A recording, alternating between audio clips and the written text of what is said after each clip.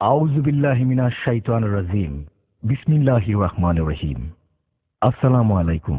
আমি শব্দ খুঁজে মরি আর খুঁজি উপমা, শব্দ খুঁজে মরি আর খুঁজি উপমা।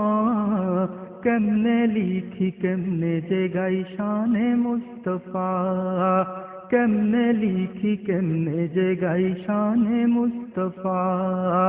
শব্দ খুঁজে মরি আর খুঁজি উপমা, কেমনে লিখি কেমনে যে গাই শানে মুস্তাফা, কেমনে লিখি কেমনে যে গাই শানে মুস্তাফা।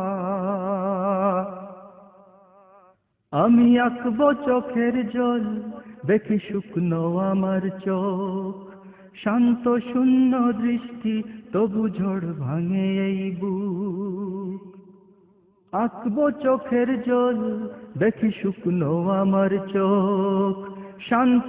বন্দনগরী চট্টগ্রামের প্রাচীনতম আন্দরকিল্লা শাহী জামে মসজিদ মার্কেটের দ্বিতীয় তলায় অবস্থিত আইসিবি প্রোডাকশনস ইসলামিক ক্যাসেট বিতানে আপনাকে স্বাগতম। আমাদের প্রকাশনায় রয়েছে সহস্রাধিক ক্যাসেট, সিডি, ভিসিডি তথা মাল্টিমিডিয়া প্রোডাকশনস, ওয়াজ মাহফিল, তেলাওয়াত, ইসলামী সঙ্গীত, হামদ, নাত, ডকুমেন্টারি ফিল্ম, নাটক, কৌতুক সহ বিভিন্ন ইসলামী মাল্টিমিডিয়া প্রোডাকশন সমূহ পাইকারি ও খুচরা বিক্রয় করা হয়। আইসিবি প্রোডাকশন ইসলামিক ক্যাসেট বিতান 49 শাহী জামে মসজিদ মার্কেট, দ্বিতীয় তলা, আন্দরকিল্লা, চট্টগ্রাম। মদিনার পাক রওজায় আল্লাহুম্মা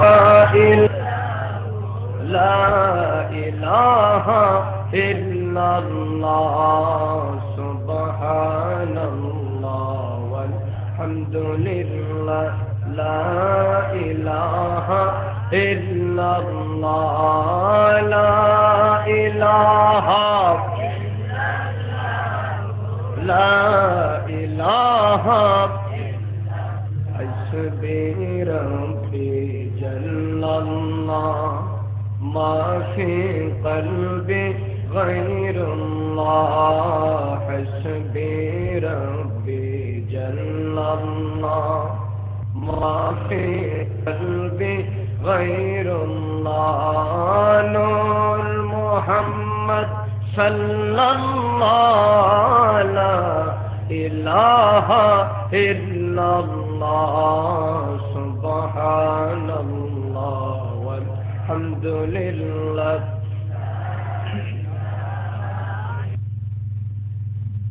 ঐতিহ্যবাহী সিলেট কুচাই পশ্চিমবাগ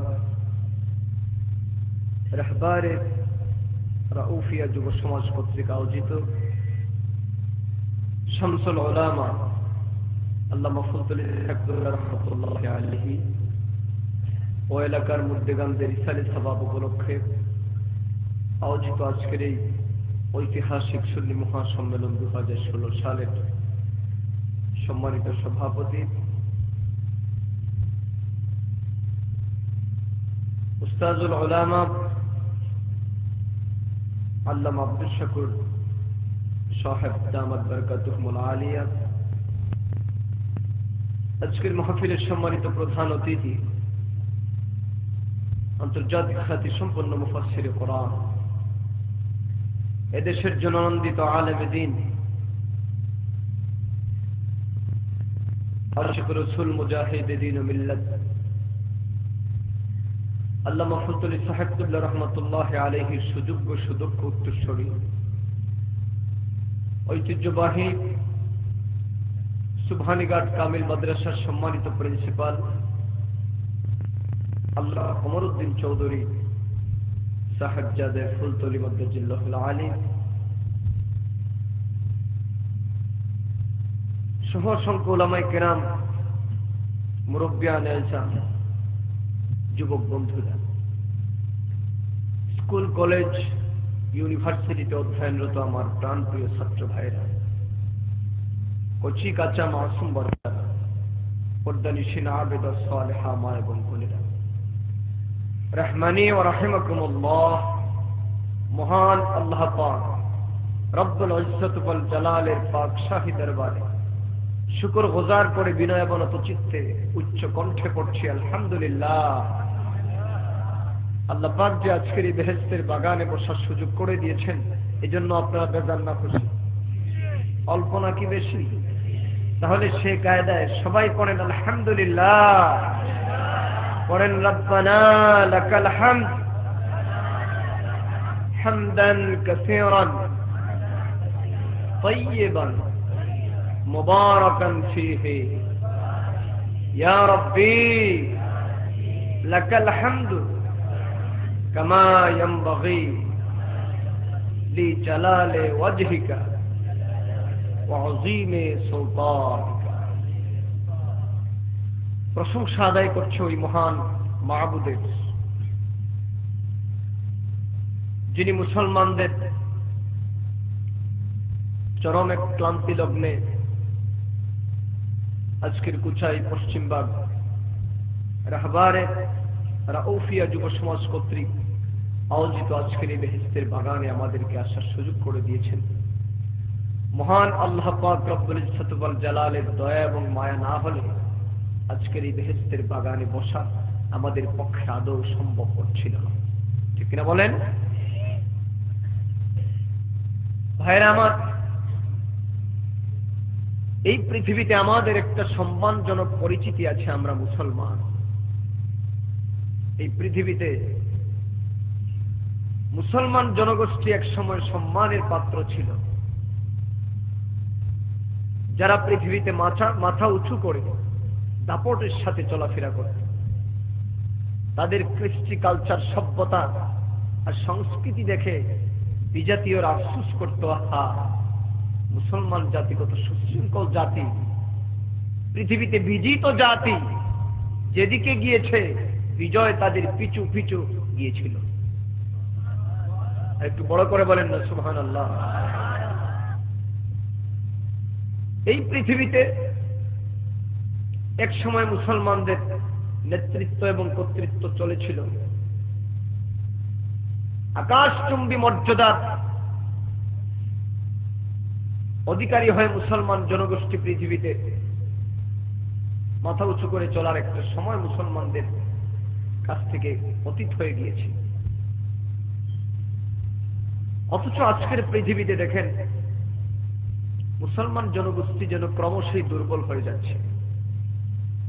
বর্তমান পৃথিবীতে যদি আমি প্রশ্ন করি যে আপনারা এতক্ষণ যে কথাগুলো বুঝলেন, বলেন তো পৃথিবীতে সম্মানজনক জাতি ছিল কারা?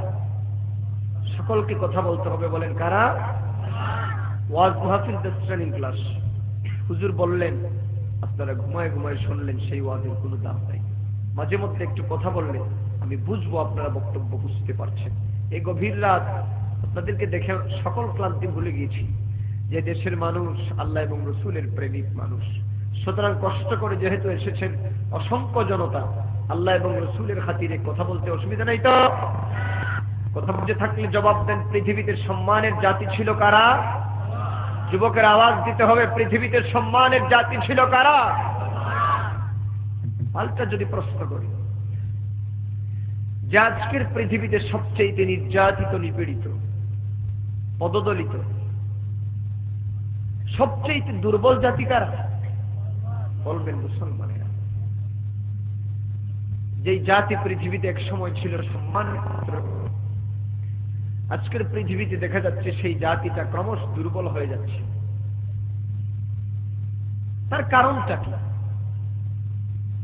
এত শক্তিধর, এত সুপার পাওয়ার যে জাতির ছিল, ওই জাতিটা আজকে পৃথিবীতে দুর্বল হওয়ার কারণ কি? বিশ্ব কবি সম্রাট আল্লামা ডক্টর ইকবাল রহমাতুল্লাহ আলাইহি, যার নাম পৃথিবীর শিক্ষিত সভ্য সমাজ জানে, ডক্টর ইকবালের নাম শোনেন নাই? তিনি দুইটা কারণ উল্লেখ করেছেন। মুসলমান জনগোষ্ঠী মর্যাদাপূর্ণ জীবন থেকে আজকে সবচেয়ে নির্যাতিত জীবন ভোগ করার কারণ হচ্ছে দুইটা। একটা হচ্ছে পৃথিবীতে মুসলমান জাতি যখন বিজয় লাভ করেছিল, তখন তাদের ভিতরে মুহাম্মদ সাল্লাল্লাহু আলাইহি ইসলামের প্রেম, প্রীতি এবং ভালোবাসা ছিল অপরিসীম। আল্লাহর পেয়ারা নবীর গোলামেরা পৃথিবীতে যেই দিকেই গিয়েছে, যেই যুদ্ধের ময়দানে গিয়েছে, বিজয় তাদের পিছনে পিছনে নবীর কারণে গিয়েছিল। ধরে বলো ঠিক কিনা?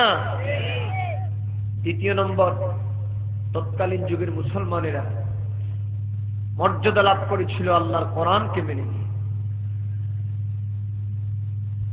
কত সম্মান ছিল আল্লাহর কোরআনের প্রতি তাদের। কোরআনের আইন কানুন বিধিবিধানগুলা নিজের জীবনের চাইতে বেশি আপন মনে করত।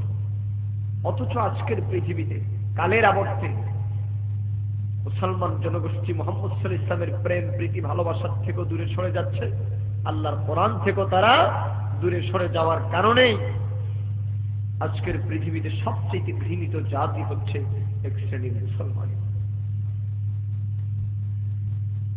বিশ্বকবি কবি সম্রাট আল্লামা ডক্টর ইকবাল বলেন, वो ज़माना में मुअज़्ज़ज़ थे मुसलमान होकर, और तुम खार बने हो तारीखे कुरआन होकर। সেযুগের মুসলমানেরা আল্লাহর কোরআনকে মেনে নিয়ে, আর কোরআন যিনি এনেছিলেন মুহাম্মদ সাল্লাল্লাহু আলাইহি ওয়াসাল্লামকে মেনে নিয়ে, প্যারা নবীর প্রেম প্রীতি ভালোবাসা তাদের হৃদয়ে পৃথিবীর সব কিছুর চাইতে বেশি স্থান দেওয়ার কারণে, আল্লাহর কোরআনের হুকুমগুলা মানার কারণে মুসলমান জাতি ছিল সম্মানিত। আর আজকের পৃথিবীতে মুহাম্মদ সাল্লাল্লাহু আলাইহি ওয়াসাল্লাম থেকে দূরে সরে যাওয়ার কারণে আর আল্লাহর কোরআন থেকে লোকেরা গাফেল হয়ে যাওয়ার কারণে মুসলমান জাতির জাতি, ঠিক কিনা বলো?